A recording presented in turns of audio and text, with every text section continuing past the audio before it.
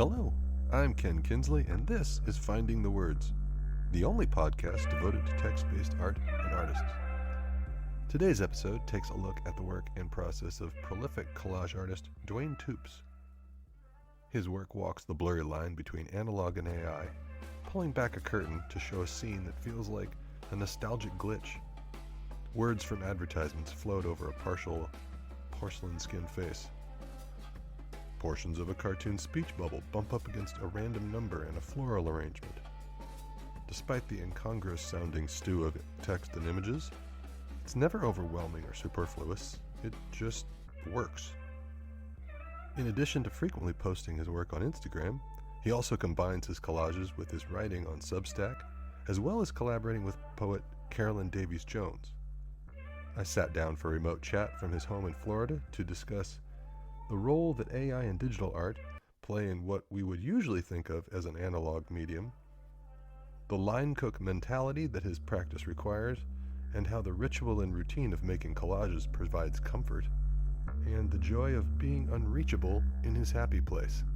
Here's my conversation with Duane Toops. How did you find your way to becoming a collage artist, and how long have you been working on collage? Parts of that question are really easy, and parts of it are a little bit more complicated. I think I came to collage very accidentally, like probably a lot of people in that area. Definitely Austin Kleon was a big influence, Hmm. um, and I've had a bit more of a writerly background. And I got into like blackout poetry and cutout poetry. And so collage, it wasn't a big leap for that because it'd be like, okay, I'd create these or these poems from, words I'd cut out from old books. And then it became the collage was just something to glue the words onto. So it was just kind of an afterthought, kind of a background. But the more time I spent kind of creating those, I've always been very routined and ritualistic and efficient with my creativity. So, Mm-hmm. I would create those backgrounds ahead of time. So I would just have like a stack of these collages Mm-hmm. where they were ready for me to just glue cutout poems onto them. And the more time I spent on making those collage backgrounds, the more I just fell in love with that process and started finding my voice creatively more readily in collage than in other ways. I mean, early on as a kid, the visual arts were my first love. So really, it was kind of a homecoming in a Mm-hmm. way, um, because I think early on as a kid, I was old for my age, and that I already understood the unlikelihood of having a career in the visual arts. So Mm-hmm. immediately, I started figuring out or trying to figure out how to apply creativity in other avenues. And so I explored a lot of different disciplines, a lot of different mediums, and to varying levels of either success or non-existent success.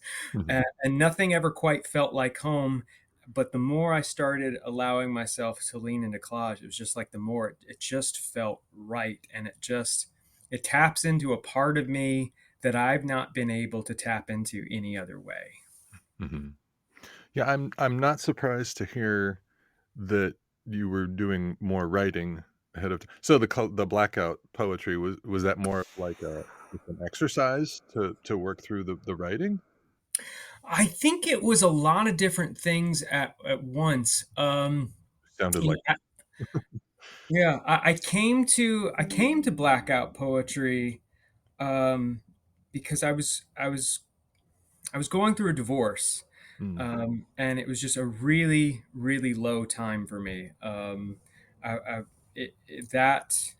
that divorce, like it probably does for a lot of people, it really upended my life in a ground zero kind of way. I had to start over from scratch in so many different facets, and I found myself just creatively stunted. I didn't have the energy or the emotional stability to write. Because for me, writing is difficult. It really forces me to get to such a degree of internality and such a degree of facing some difficult parts of myself. It's very inward gazing, and Hmm. I just didn't have it in me to do that. And so I couldn't get to my words. Um, but you stumbling upon something like cutout poetry and blackout poetry, it's the recognition that the words are already there, and it's more a question of about what words you take away. And that just kind of unlocked something for me. It's like, okay, I had to find what words not to use. And it became about elimination rather than addition. And so it allowed me to find words that were already pre-existent to say everything that I couldn't find a means to say. Hmm. And the other thing that I'm not surprised to hear about writing is, clearly text plays a large role in your work, and it seems I'm seeing three main areas. There's the actual text that's in the pieces, which is often just kind of textured. You can only see part of the words. Um, and then you have multiple pieces on Instagram and Substack where you're accompanying poetry. And then the collages also, the third one is, it seems like the collages are kind of a jumping off point for reflection on your own writing that you do a lot on Substack. Um, how do you how do you typically try in that first one? How do you try to work text into your work? And what's kind of the thought process behind that? I think some of it is just an aesthetic preference.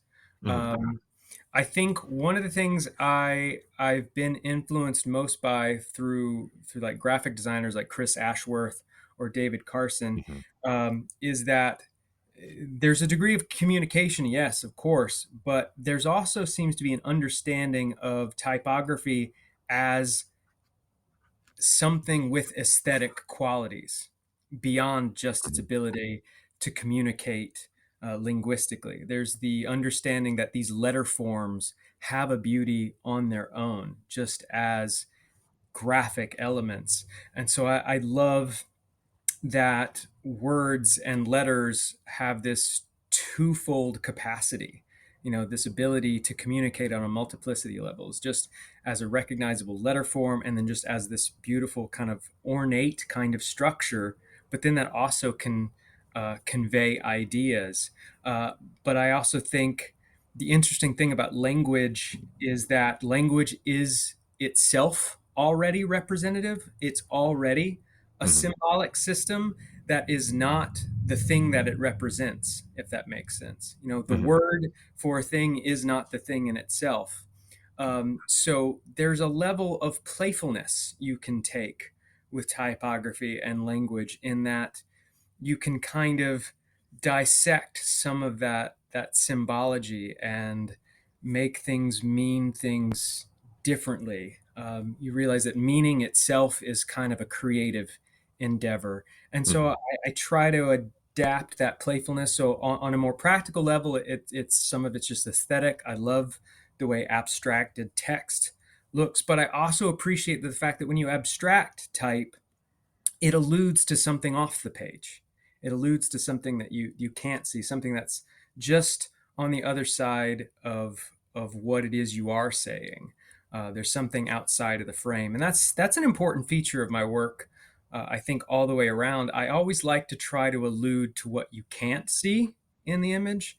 I like to think of it as like you're getting this window into a much larger world, uh, and you're just trying to gather what's happening outside the frame from this just little bit of image that you can see. Because I think Hmm. there's something very um, prescient about that. In that, I think that's what the human experience is. Each of us is given a literal viewfinder on our head that we can only see the world through this particular view, Hmm. and we there's so much that we don't have access to, but so much of our experience in being in the world is trying to take the frame that we can see through and understand what's beyond what we do see and what we can't see. Hmm. Where do you find the source material for one thing? I mean, and what does a typical collage process look like? Are you going in with any predetermined notion? Do you pick up some stuff and go, "Hey, I got an idea from this picture"? How does that work for you? That's been an ongoing development. I've told some people kind of half jokingly, but also half seriously that I think my art is is the process rather than the collage. Mhm. Because I put so much effort into my methodologies and how I create the source material, because that's kind of a hands-on process. There's a lot of found objects or found things involved in it, but there's also things that I intervene on it in a certain way. So that's been expanding in a lot of different ways. I never come to my workbench to make a collage with any idea. So I never have any predetermined ideas. Mhm. I For me, what invigorates me about making collages is the process of discovery, just seeing what happens when this image touches this image, when this pattern sits up against this pattern. It's the juxtapositions and seeing how a different narrative unfolds when that happens. But as far as the source material itself, a lot of it you have the usual suspects, old books, vintage magazines, comic books are starting to play a Mhm. more and more reoccurring role, because I think there you have this really interesting classic juxtaposition of words and image, which I already love. And so being able to kind of use that as an added layer or an added accent, I enjoy that a lot. And then just the fact that the way comic books work, it's panels. So already you have these small windows into a larger narrative that Mhm. come together to form something bigger. So structurally, I love that. But um, I also, you could say, make a lot of my source material, and that comes about through some different ways. Um, a lot of times, I will take scans of my collages, and I'll bring those scans into like Affinity Photo, and I'll manipulate those scans and create kind of a digital composition from analog scans, and then print that out and then Mm. cut that up, and that becomes source material for more work. One of my favorite things to do is, as playful or childish as it might sound, is I'll go to Office Depot with some vintage comic books or vintage magazines, and I'll go to the copy machine and enlarge it by 400% and just blow up random pages and see what kind of textures come out. That there's kind of a discovery in that too. Images get abstracted, minute halftones become blown out. So these different things that you might not notice now become a focal point in an interesting way. So I'll do that with source material a lot. I also have recently been doing some experiments with Midjourney, where I'll feed some of my collages into Midjourney as like image prompts, along with maybe some public domain artists, or artwork that way, and then just see what happens, remix it through a few generations, print those out, and then cut that up, and that becomes source material too. So any composition you look at is an amalgamation of things that were analog and then maybe became digital and became analog again, or at any point in that process. I love the porousness of that process. That just because something exists in one environment doesn't mean it can't translate into another. So that idea of paper becoming a digital file, becoming paper again, becoming something else, it just creates this cyclicality in the work where it feels like every piece is becoming material for the next piece. And the titles for your pieces seem to be a really integral part of the process. How do you come up with the titles? The titles, it's funny. That goes kind of back to, there's a text connection there. Usually, all my titles, I'm an avid reader. So all my titles will be passages from whatever books I have to happen to be reading at the time. So Hmm. I always keep a notebook handy, or keep my note app handy, whatever I've got around. So I'm a big believer in, as Austin Kleon would say, always read with a pencil. So I highlight passages a lot, but then sometimes there'll just be a certain turn of a phrase, or sometimes my titles themselves will almost be cut out poems. I'll read a passage and there'll be a couple key words within that passage I underlined that I liked that I'll string together in a way that becomes something different. So usually it's always kind of goes back to text. It's either a phrase within a passage I've highlighted or just an interesting phrase I've come across in the book or something I've kind of pieced together from a book that ends up becoming titles for the works. And what I love about that happening is because it happens at kind of a separate interval than making the work, I get to see how the title changes the way the work even means to me. Mhm. And that's a really interesting process that kind of goes back to what interests me about language and text is like you have this image that already is conjuring a certain sense of emotionality, maybe already bringing about a certain kind of narrative, and then the minute you put language to it, it starts to take on another meaning or another layer of meaning, and sometimes it's different than when you expected, sometimes it goes deeper, and that's just a really interesting process for me. And to the second point that I was talking about earlier, you have a lot of stuff that is attached to poems as an illustration for poetry, especially by Carolyn Davies Jones. Are these commissioned ahead of time? Do you read the poem and work from that to make the collage, or do you read the poem and then pick a collage that you think that's already finished that works with that? How does that process go? That is one of my favorite ongoing collaborations. Her and I have a weekly collaboration we have done for maybe over a year, maybe almost going on two. It's probably hands down one of the best parts of my week. Um, she is an incredible writer. She's the type of poet that I wish I could be. Her command of language and imagery is just it's astounding. Sometimes I feel like I'm detracting from her work because it's already so visual that I don't think she needs anything I'm from me sure at if she all. were here, she But would argue against that. But I don't want to put words in her mouth. But probably, having never met her, you're probably not wrong. I think she would. Um, But what's great about that collaboration, because it's been ongoing, I think we've Mhm. learned to push each other in interesting ways. Um, and so there's not one set formula for how that collaboration goes down. Um, we have done it one of two ways, and we will kind of every week decide which way we want to do it. In that, there have been plenty of early on. She would send me the poem, and then I would just create art to accompany it. And then somewhere along the way, we thought, what if Mm. we reverse this? What if I created a piece of You art, and now you Yeah. have to write to it?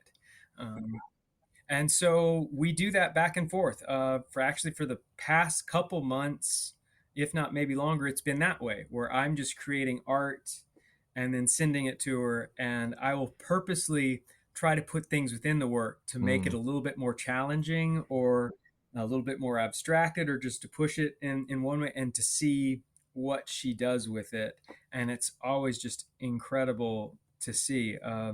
So yeah, it works both ways. I think we both take a very similar approach in the process, in that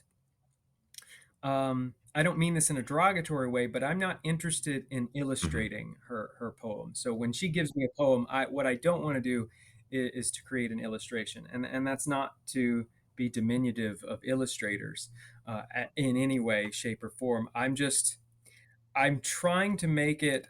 It's a collaboration, which means it's also kind of inherently Mhm. conversational. Um, so I'm trying to make it a bit of a call and response.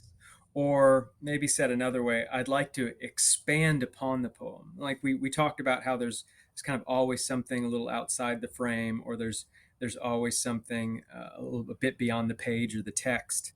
I try to make that collage that extension, to where it's like you've gotten to see so much of this particular narrative or world from the poem. And so I try to just inch the frame over just a little bit, just to where maybe you can see just what's on the other side of it. And I think she would definitely say the same thing. When she sees the imagery, I know she definitely tries to avoid a literal approach and trying to actually look at the image and try to explain what you're already seeing in the image. I think she has a keen understanding that, okay, the image itself can say more, as the old adage goes, anyway.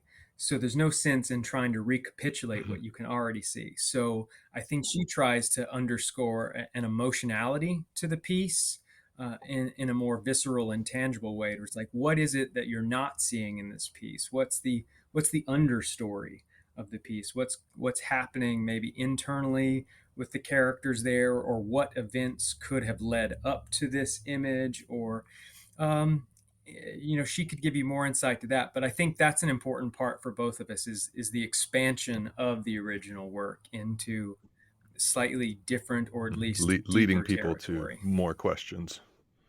Yeah, yeah. Yes, And exactly.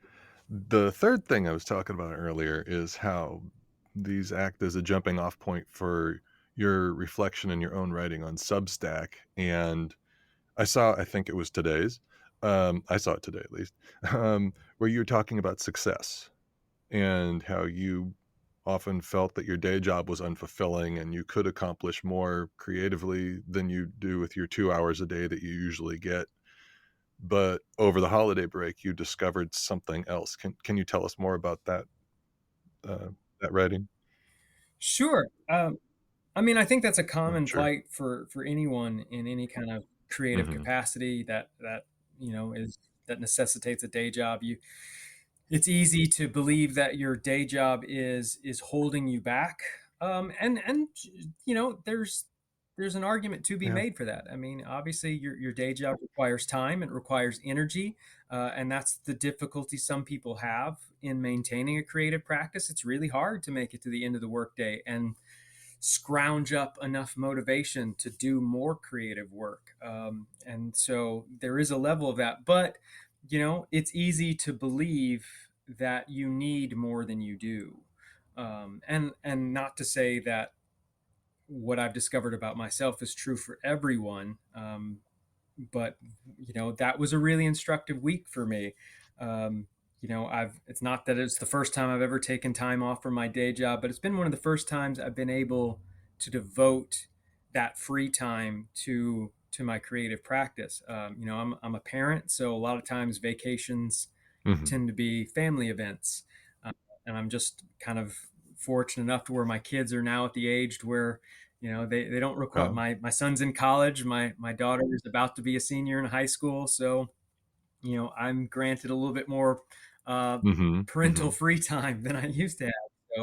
So, my plan in going into that week I took off was like, I am going to treat my studio time as my day job, and I'm going to put in an 8-hour day at this. I'm going to see all I could get done in my studio now that I'm going to live like that. And I discovered that, I would go through that routine. I'd go to the gym and then grab coffee and then get into my studio, put a record on, start getting out all my materials. And yeah, I mean, I churned out a bunch of work. Some days, I'd have 4 or 5 new collages. And then I'd look at the time and it might be 12:30, 1 o'clock. And I'm kind of going, I'm I don't think I my can work do here is better than done. this. You know, yeah, exactly. Yeah, I just realized that, in some cases, I'm in my studio 2 hours every day, but in some of these days while I was off, I was in there, maybe just Mhm. barely over 3. And so it just realized, oh, I don't really need as much time as I think. The time I'm devoting on a daily basis isn't much short of what I would need to do well. And then some of those days where I was there 3 hours or a little bit longer, I wasn't making new material so much as just restocking some of my mise en place, as I call it. I try to be um, very efficient with my creative process. So I know which materials I like to use and how I like to use them. So I'll prep a lot of them beforehand. I have a bin of just probably quarter-inch thick strips Hmm. of comic book pages that I've just Hmm. sliced into long strips because I know that's how I like to use them. I'll have uh, lines of text from vintage magazines that I've already cut out and abstracted, or I save all my fragments from previous collages into like bins according to size. um, so it's easy for me to open that drawer and grab exactly what I have. A very kind of line cook mentality to how I work at my workbench because I know, I only have 2 hours to work with at the end of every day. So I don't want to spend any of that time Hmm. hunting down materials. Uh, so some of those days, I'd make 4 or 5 collages, and then I might spend maybe another half hour to maybe an hour just cutting out type or cutting comic book pages into strips and just kind of reorganizing my mise en place. And then, like, okay, I'd go home and maybe read for the rest of the afternoon or go ahead and work on the newsletter, kind of do the Hmm. admin side of having a creative practice where, okay, let me get posts scheduled, let me get my newsletter written, let me get my new collages scanned and cropped properly for presentation, reply to comments, answer emails, all that kind of stuff. And I just discovered, like, wow, this was extremely fulfilling. And in all honesty, as far as routine and schedule goes, was not far removed from what my regular life looks like. And in a way, that was kind of inspiring because it realized, oh, I'm closer to the life that I want to live Hmm. than I And, realized. And that's a really mm, helpful recognition to come yeah. across as a creative And person. you mentioned line cook. You've written about that before on Instagram and Substack, and how you see yourself as a line cook and a craftsman, and in the past you've said that you don't really think of yourself as an artist in that sense. Is that has your perception of your creative self shifted over time? I think so in some ways. I think I mean, at some point in conversations like that, I do realize we start just kind of Hmm. arguing over semantics. I can choose to not call myself an artist, but you know what? I'm still Hmm. going to be called that. um, but also, I realize, maybe this is another point about language. What we call ourselves and what we say about what we do affects our relationship to it, whether it's actually a one-to-one continuation of reality that is inconsequential. And I've found for myself, the more I've tried to aspire to the high-mindedness of the arts and what we believe an artist to be, and maybe that's just a cultural misconception to begin with, regardless, it's there in me. The more I've tried to adopt it, the more I've been unhappy with my work, the harder it is to do the work. But an interesting happened as soon as I stopped thinking of myself as an artist and started thinking myself Hmm. as a line cook, as a craftsperson. Like, I just make collages. That's what I'm not an artist. I'm a collage maker. And so then that means that my job is very clear. I'm not here trying to make grand statements or weave together master narratives over the nature of being or ontology Hmm. or metaphysics or what life means on some epic scale. I just make pictures. And I hope they mean things to certain people, and I hope they find their way into people's hands that will find them meaningful. But at the end of the day, my job is to show up, go to my workbench, and make a collage, and that's it. That's all I'm here to do. And the more I've let go of any kind of high mindedness about what that process is, and the more I've looked at it as just doing the work in that level of simplicity, the easier the work comes, and the Hmm. more I'm happy with the work. And I think I've taken on that mentality where it's not my job to decide whether the collage is good or not.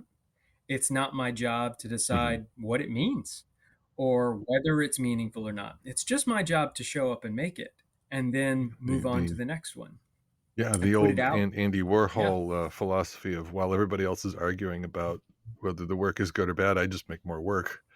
Yeah. exactly. Yeah. Yeah, I love that. I'm a discipline junkie.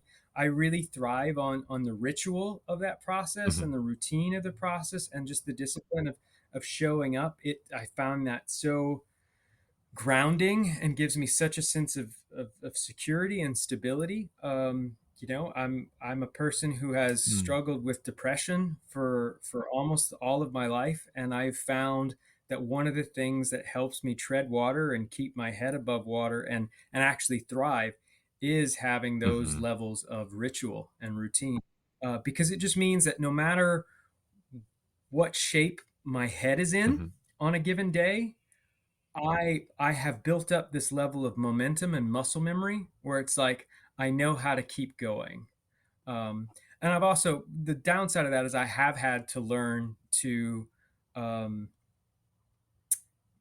be give myself more grace and know when I really do need to stop and really do need to rest or refill the well or but also it just means I'm not beholden to the unpredictability of the depression that I have to deal with. I have these rituals and routines that become like my handrails for life. This Mm. gives me something I Hmm. can hold on to. So if I have a day where I'm feeling off or low or just not in a great frame of mind, I have these things. I know that I do this, I do this. I go to my studio, I have my mise en place, I have my things. I can do the work, and then I can go home, and then I can, and that becomes its own Hmm. form of self And the care. work can be kind of soothing, it sounds like. Does your frame of Yeah. mind play into what the picture then becomes depending on the day? I mean, it seems like it would kinda have to in a way. Yeah. I hope it does. That's one of those things that I don't. I Mhm. try not to Yeah. think about at the time. I really try to orientate my creative process where any speculative thought, any analysis Right. happens in the rear view. I don't want any of that Mhm. involved while I'm at my workbench. I try to keep all of that out of it. So I don't actively try to depict my Mhm. mental frame of mind.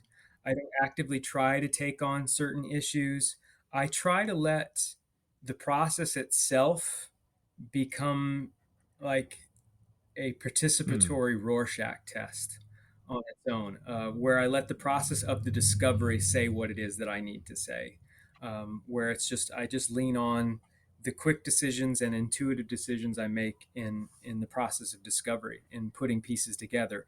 I don't sit back and look at why does this image speak to me or what is it about this texture that's calling to me right now. I don't worry about that then. All I know is like this piece of paper feels good, and when it sits next to this piece of paper, it feels even Mhm. better. And that's all I need to know. And something about that brings a level of kind of quiet and calm to my mental framework. And it just allows to flow so much easier. I think it was Madeline L'Engle who said that when the artist is the servant of the work is better than the artist. And I try to live by that, where I believe that the work knows more than I do. So it's not even my job to question the work. I just show up and do Yeah. what it wants Yeah. me to do and let it be what it is. And then I can figure it out what it means after the fact. And, you have your 2-hour window daily on a normal day. How much time in that 2 hours when you if you are working on a collage and not setting up stuff, how much time do you usually spend on a collage? Will you come back to it the next day, or do you always finish it within that 2-hour frame? Yeah. Always finish. Yeah, that's a really important thing for me. I try to finish every collage in one sitting. Um, um, so yeah, that's a key thing. I usually have the goal of finishing a minimum of two Mhm. collages every day. So that might divide up evenly some days where it's like an hour on this one, an hour on that one. Some days it could be it took me an hour and a half on one, and then the other one I got, banged out in half an hour, maybe 20 minutes. It's very unpredictable that way. Some days on the really good ones, I'll knock out three, maybe close to four in that 2 hour window. You just don't know. The goal for me is just, if I start it, to complete it, Hmm. and then to just do that every day. I think what helps is, number one, like I said, I think I'm organized Hmm. with a lot of my materials. Uh, I think what also helps is, because I'm involved in the source material creation, I've already created um, pockets of interest Hmm. on that paper already. I've created like these interesting enlargements of photocopy pages, or I've created, digital compositions that then I can cut in or crop in interesting ways. So some of that work has already been determined for me. Because I'm printing that stuff on my own. A lot of times, because the printing is so cheap and so much better than my home printer, I'll send those print jobs to Office Depot anyway. So usually, like on Saturday mornings, I'll pick out what I want to have printed, and that's almost like creating my creative to-do Hmm. list for the following week. Because then it will be like I'll go pick up those print jobs, and then that will get spread across my table in my studio, and go like, okay, this is what I'm going to work with this week. That doesn't mean I'm not allowed to deviate from it, but I kind of can walk into my studio right after work, and I see materials already spread out, and go, okay, I'm going to take this one, and I'm going to take this one, and let's see if I can work with those. Or like, no, that's not working. What else do I have? Let me grab one of those. So I find I work really well with constraints, with limitations. Some people are very inspired by the infinite, or an infinity of options. I find the more options and the more possibilities I have, the Hmm. more paralyzed I become. So I like to keep things kind of very narrowed down. A lot of people spend a lot of time talking about how to think outside the box or get outside the box. Um, I'm the type of guy that I'm like, I think the best creative stuff happens in the box. Like if you give I call it the kids and cats principle. If you've ever given an empty box to a kid or a cat, you'll learn real fast all the creative possibilities of Oh, what can yes. occur inside a box. And speaking of your work area, it sounds very interesting. It's basically a climate controlled storage container. Uh, Yeah. Yep, that's it. I rent a storage unit from just like your run of the mill um, storage unit place that offers some that are inside and climate controlled. And it does great for me. I mean, I love it. It's my happy place. I won't lie. I mean, it's nothing special to look at. There's no natural Yeah. light. There's no light at all. There's no even power outlets. So I mean, I've got like a rechargeable battery powered generator that I leave in there and just bring home when I need to charge it. I've got some rechargeable lights on that are magnetic, so they work really well stuck to the metal walls, and they're motion activated. So as soon as I walk in, they turn on, and so I've got it set up well. I mean, it's a great amenity. Is that probably because it's a big metal building? The cell phone reception is That's handy, terrible, I bet. so that means That's handy, I bet. And what's that? It is. I step in and I am immediately unreachable. You know, um, I can't web search anything. I can't get caught scrolling on anything. I have almost no signal. And so there's nothing but, the workbench and my materials and my record player. And that's, I can kind of be completely unreachable for about 2 hours. And it's great. Like I said, it's not anything special to look at, but I think that helps provide some focus to the work because there's nothing to be distracted by there. It's just work, and but I and love you that also do an index card sized, like a 4x6 collage every day. Yeah. How every is that, day. like your warm up or? Um, it started out that way. It's actually, there is a yearly challenge called ICAD, Index Card a Day, and it's a 61 day challenge. And I had never heard of it until last year.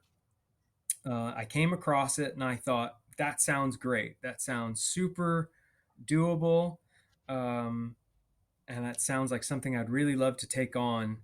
And so I did. And I just grabbed a pack of 4x6 collages, and it's just, or Hmm. so 4x6 index cards, and just started making a collage every day.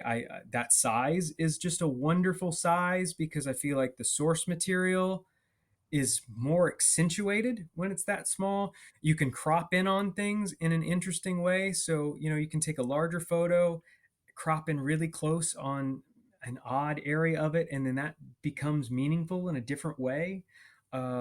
It's low friction. You can work them quickly, and then it's index cards. So it's like worst case scenario, if it's actually completely unusable, you've not lost anything. You've not lost a lot of Hmm. time.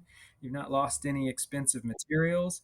And so I just gravitated. I did it for 60. I did the 61 days and didn't feel like stopping. I'm in the 220s now, of doing this challenge, and I'm still going, and it's become the cornerstone of my creative process. It has supercharged my creativity in a way I can't even do justice to explaining.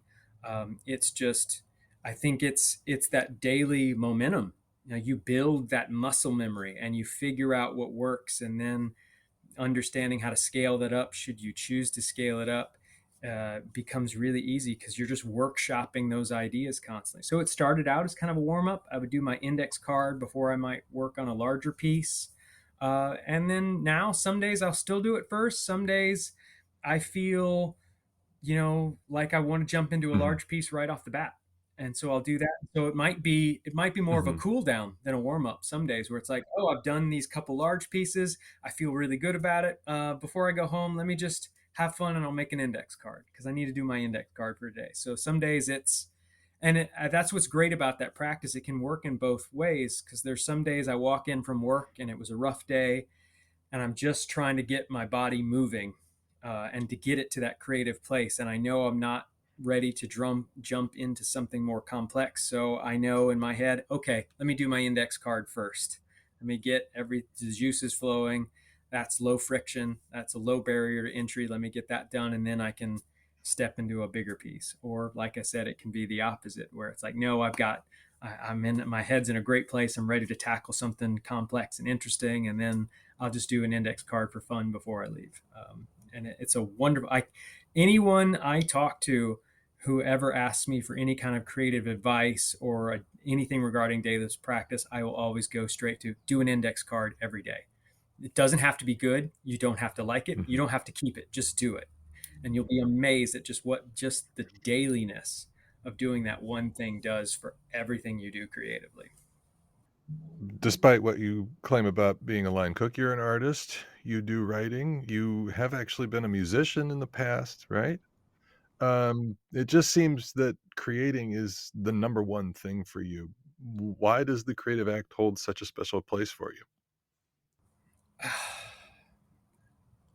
I feel like if I knew that, I would know everything. um, that's such a great question. I've asked myself that question a lot throughout my life, because there's been times where I feel like, um, there's been certain points in my life where I felt like if I wasn't creative, I might be I happier. get it. I get it. Because Yeah, because sometimes there's so many complexities that come with being a creative person, and either it's not having the time to devote to your creativity, or not feeling like your work is getting recognized, or not being able to get opportunities to pursue your work or whatever, and that can all get really frustrating. I mean, it is really hard. I don't want to make any of it sound easy, and it's really easy to get low. It's really easy to Mhm. give up and quit. So I definitely don't. In all this talk of dailiness, I don't want to discount it as in. Um, I don't want to make anyone feel like if they're struggling to have a daily practice that somehow something's wrong with them. It's fucking hard. I don't know if I can say that. I'm I'll sorry. remember to put the little E next to this um, episode. It's okay. but it's really, really hard. So there have been times where I thought, man, if I could just give up, I just feel like some aspects of my life would be easier, but for some reason, I just can't. Some part of me is missing Hmm. when I'm not making. I'm a so as much as sometimes I might get frustrated with creativity, the fact remains that I am a happier person when I'm active, when I'm actively making. And when I go too long without making anything, I just start getting really agitated and really prickly, and I'm not right. There's something that just keeps me grounded and settled in the world. Something that keeps me comfortable in my own skin when I am constantly making. It's it's the thing that just, without sounding too philosophical, it's just I feel like that's what I'm here to do. And so I just feel more me when I'm doing it. I'm not a person that can, sit still for very long. So rest has been a difficult thing for me to learn. I can be a workaholic, but it's also easy to do, and I just love the work. I think is what's a big part of it. That process of discovering things, of exploring things, and just seeing what happens. The if Hmm. this Hmm. then kind of thing. If I do this, I've told people that a lot of my work is about playing with the inputs to see what happens to the outputs. If I use this material, what does the work look like? If I change this about my inputs, how does that change my outputs? I just love that whole process, and I never get tired of seeing what happens, and it just makes me happy. Duane, thank you so much. I really appreciate it. Thanks. Great talking to you today. Thank you. This has been an absolute blast. Hopefully I haven't rambled too much, but this is all stuff I love talking about this, and you've made this a really, really comfortable, really enjoyable conversation. I can't thank you enough for having me. And that will do it for another episode of Finding the Words. A big thank you to Duane Toops for being on today, as well as to you for listening. If you have not already done so, please hit follow on your podcast listening service. And until next time, take care. Thank you so much.